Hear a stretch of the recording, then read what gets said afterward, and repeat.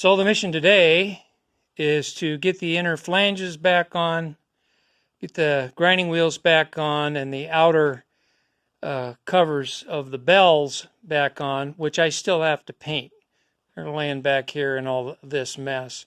But the first thing, before any of that happens, these inner flanges, unfortunately, got a little distorted when I was taking them off. You can see they're kind of warped, and they're aluminum.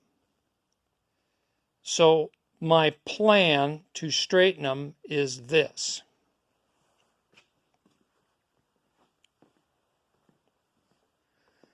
I'm going to lay them flat on the press, and you can see it's wobbly because it's distorted. I'm going to put some tension on it with the press, and then I'm going to take my little benzomatic propane torch and slowly heat that up and add a little pressure, not much, just add a little pressure from the press until that flange is completely flat on the steel plate there, and then just let it cool in place. I think what that'll do is reform the aluminum to its original shape and de-stress the metal at the same time. And then once it cools, it should be back in shape. Then I'm going to put some emery paper on a flat surface and just rub the flange over it just to dress it a little bit. And we'll see how that works. Next step, I got to now preheat this flange a little bit so I can take my impact socket here and just tap it on back onto the shaft. It's an interference fit. The press heating and putting it in the press worked great. This surface is flat. I've dressed it with a little emery paper. Now I'm going to heat this boss just enough so it'll slip easily over this shaft and get back in position.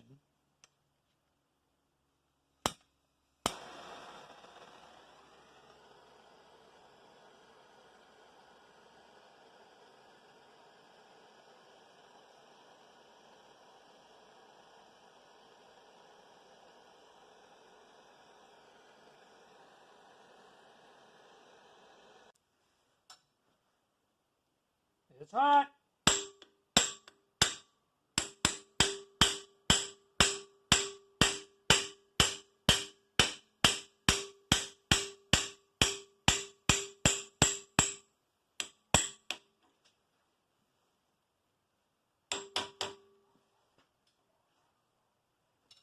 That's got it. We'll do the same for the other side. Okay, I'm going to put some grinding wheels back on this thing. A couple things you want to check. Now, of course, I'm putting the existing wheels back on this thing, but it's always a good practice just to do a couple of checks prior to putting wheels on. Number one, go to your ID plate on the grinder and look at this thing. You'll notice there on the left-hand side and about the middle, it says ball bearing, but the RPM on this thing, revolutions per minute, is 3,450. 3,450 RPM. Now, check the specs on your grinding wheel. Max RPM is 3,600. So, this grinding wheel will work with the rated capacity of that grinder. You don't want to put something on there that's rated for 1,750 RPM and then spin her up to 3,450. It's a disaster waiting to happen. Next thing you want to do is give your grinding wheel a ring test, especially on the used ones. But it's a good idea to do it on a brand new wheel too. Nowadays, the countries of origin where they're manufacturing stuff, quality control is, I mean, unless it's coming from a European country with a long industrial history, Australia or New Zealand or something like that, Canada. I mean, if it's coming from somewhere else, quality control is sketchy. Always give these things a ring check. Just kind of balance this thing on your finger and then go around it with a light metallic object. And don't wail on it, just tap on it. Hear that high-pitched metallic ring? That's a good grinding wheel. If it was a dull thud type of sound, that means there's a crack in this thing. It's compromised. You put that in your grinder, spinner up to 3450 RPM, it's going to fly apart on you. Dangerous situation. So always give your grinding wheels, new or old, a ring test. All the way around. That high-pitched metallic ringing sound means you got a good grinding wheel.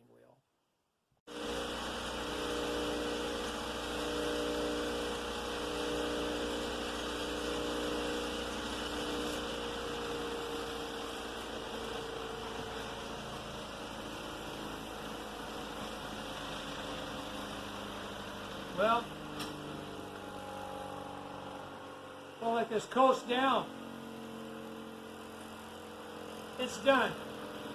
I got a couple of small things to do. I got to make some new rubber feet for it, and then I got the stone on this side is significantly out of round, so I'm going to replace it. Eventually, I want to set this up to sharpen drill bits.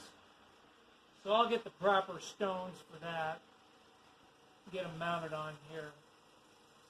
But it's working again. This is a job I did not want to do. I mean, really. I got other stuff I'm working on and want to get going on. And I just wanted to bring this in, get it mounted on a pedestal, and put it to work. And discovered the cord on it was bad, and I just wanted to put a new cord on it. And that turned into a real soup sandwich, Pandora's box. As soon as I got into the wiring and discovered the mess it was, and I just had to redo it. I mean, I am the scrap whisperer, and this is basically 70-year-old scrap that I was able to revive. In my last video, well, all the videos concerning this grinder preceding this one, I talked at length about don't mess with this old stuff and the wiring and all of that, unless you're an electrician or familiar with motor repair, or somebody that is.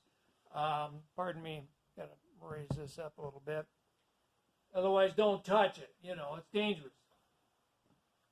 And I talked at length about, the old equipment with two-prong plugs on it, not having a ground. Very dangerous. Well, one of my viewers mentioned in the comments in the last video, goes, well, hey, Matt, there's a lot of two-prong plugs out there, in the United States. Two-pronged appliances and tools that are just fine. And he's right. All of my grinders, that's a two-prong plug. You don't see a third ground on there anywhere. That's because these are double insulated. And I'm sure my viewers in the UK, Canada, and New Zealand, and other European countries, I'm sure the electrical standards, in your country, I'm sure are probably similar. They have some kind of a double insulated affair. I'm not sure. You can let me know in the comments. But something along those lines. Double insulated means just that. If something were to go wrong internally with that tool or appliance, the operator is insulated from electric shock. Well, on this old stuff, this 70-year-old grinder with a two-prong plug, it ain't double insulated, and there's no ground, which means that this entire mass of steel and cast iron becomes electrified if something goes wrong inside. If insulation falls off a wire and it shorts to ground inside, this whole mass becomes electrified, which means you, the operator, are now the shortest path to ground, which means you, the operator, are dead. Don't want to go there. So what I did on this grinder, excuse me, after I repaired all the internal wiring, basically replaced it all, right where it attached to the winding, the armature and all of that. Then I wired on a new plug. Hot, neutral, ground. The case on this grinder is now grounded. So if something were to go wrong inside, the shortest path to ground is going to go through this and pop the breaker in my panel. It's not going to go through me. So I, the operator, am okay. But getting back to what I said in the earlier video, you know, if you inherit Grandpa's grinder or you find one hellacious deal at a swap meet or a garage sale on an ancient grinder or an ancient power tool that's got a metal case and just two-prong plug, man, don't resist temptation. Don't go for it unless you're highly familiar with electrical repair and electricity, or you have got a good friend or a relative that's, you know, an electrician or electric motor repair person. Don't go for it. Don't plug it in to test it either. Just forget it. Not worth your life.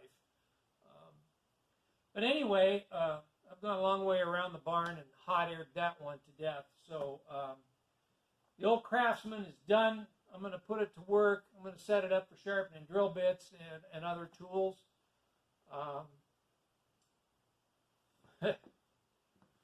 Pardon me a sec here.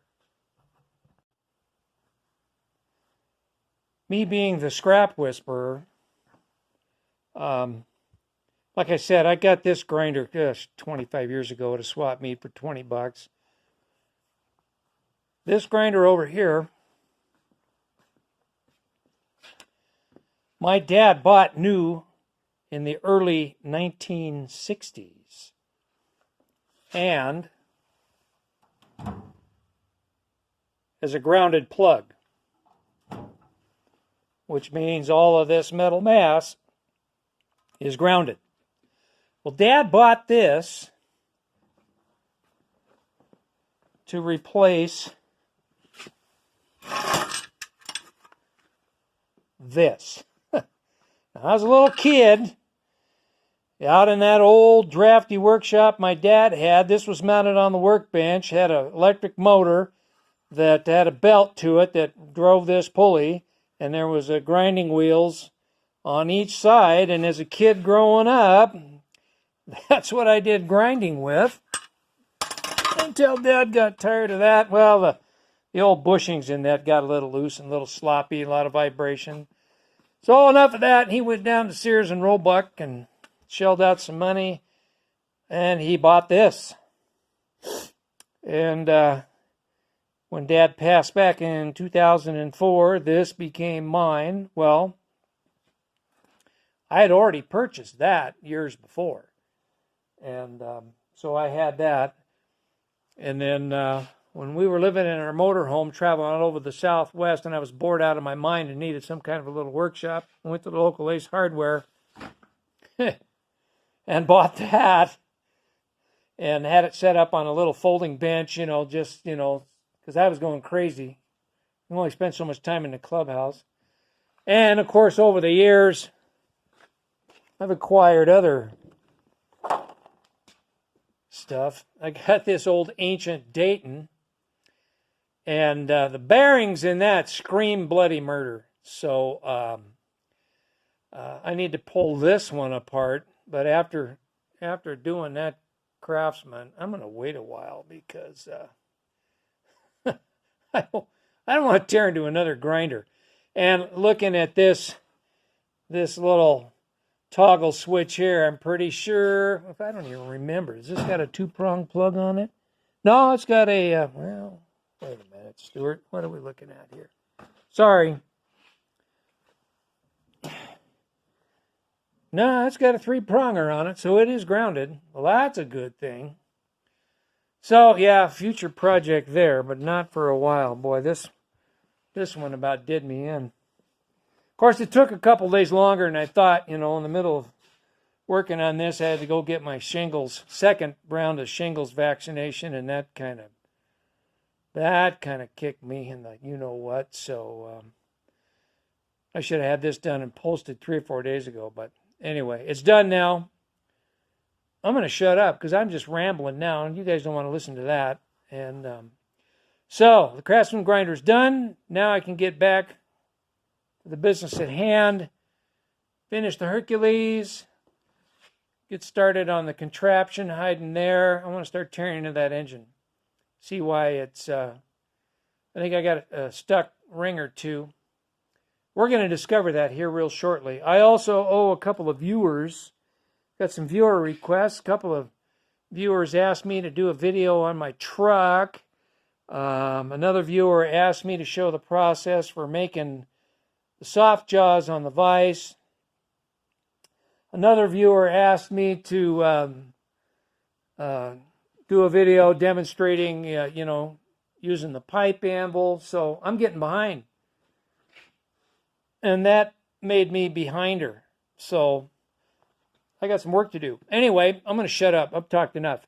Thanks, everybody, for watching, putting up with me. Don't forget electrical safety. Don't mess with these ancient, all-steel cast iron tools with 2-prong plugs. Don't tear them apart unless you know what you're doing or you know somebody that does. And, yeah, okay. You all have a great day. Thanks for joining me. And to all you new subscribers, I got some more. Holy smokes. Thanks so much for joining us. Hope you enjoyed this little series on the grinder and whatever else I'm going to do coming up. So take care, be safe, and we'll see you very soon.